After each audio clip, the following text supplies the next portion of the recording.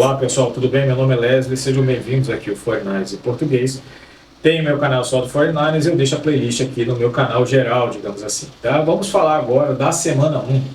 Graças a Deus, Nick Bosa acabou a novela mexicana, Nicolas Rodrigues, sei lá, Nicolas Roberto Rodrigues Jorge, sei lá, o nome que seja da novela mexicana, assinou o contrato. Maior contrato, como a gente esperava, maior contrato de defensor, aquela coisa toda que a gente já sabe.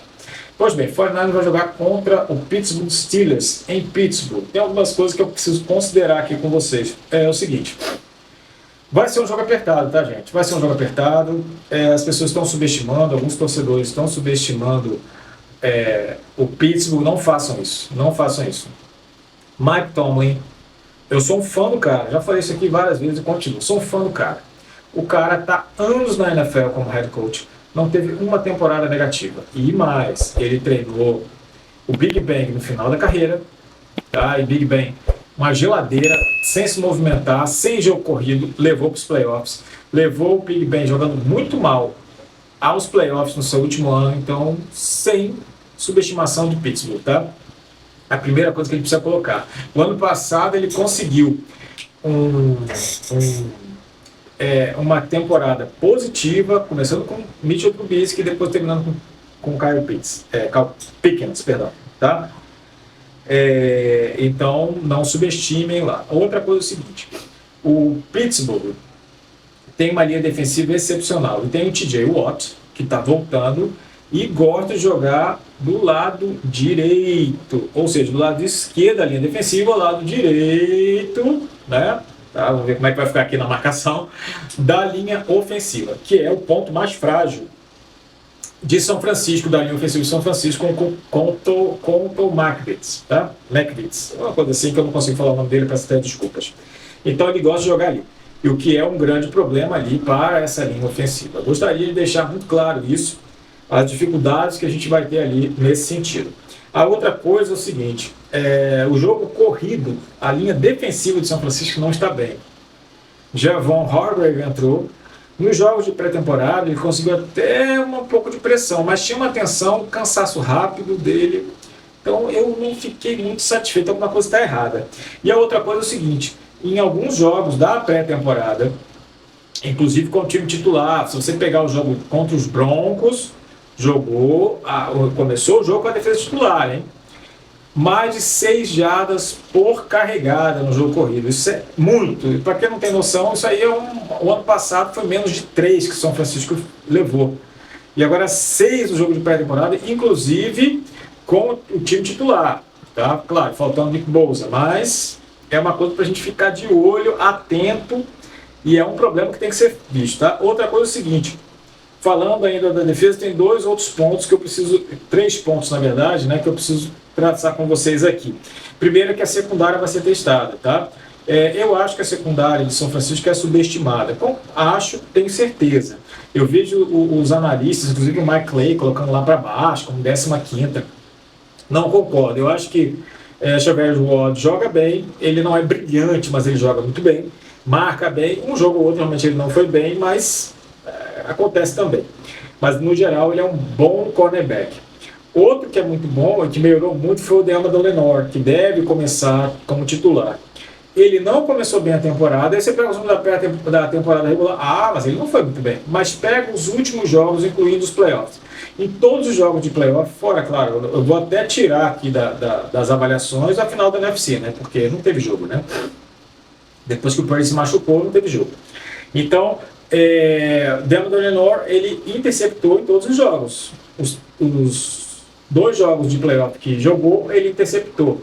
Teve interceptação e marcou bem. Inclusive nos jogos contra Seattle, que Metcalf jogou pra caramba, o melhor marcador dele foi o Deamador Lenore. Então eu acho que o Lenore melhorou muito, tem a tendência de continuar melhorando nesse ano. Então eu acho que a secundária, embora vá ser testada, eu acho que deve dar conta, mas vai ser testada, tem que ficar de olho, tá? Principalmente no slot, porque você não tem mais Jimmy Ward. Então vamos ver como é que vai jogar ali. Na linha, ainda na defesa, tem 2 jogadores que me chamam muita atenção e que preciso ter muito cuidado, tá? Porque eu fiquei cabreiro. Um deles eu gosto muito dos 2, mas um deles eu fiquei bem cabreiro. inclusive eu achei que poderia ser fruto de uma troca esse ano, tá?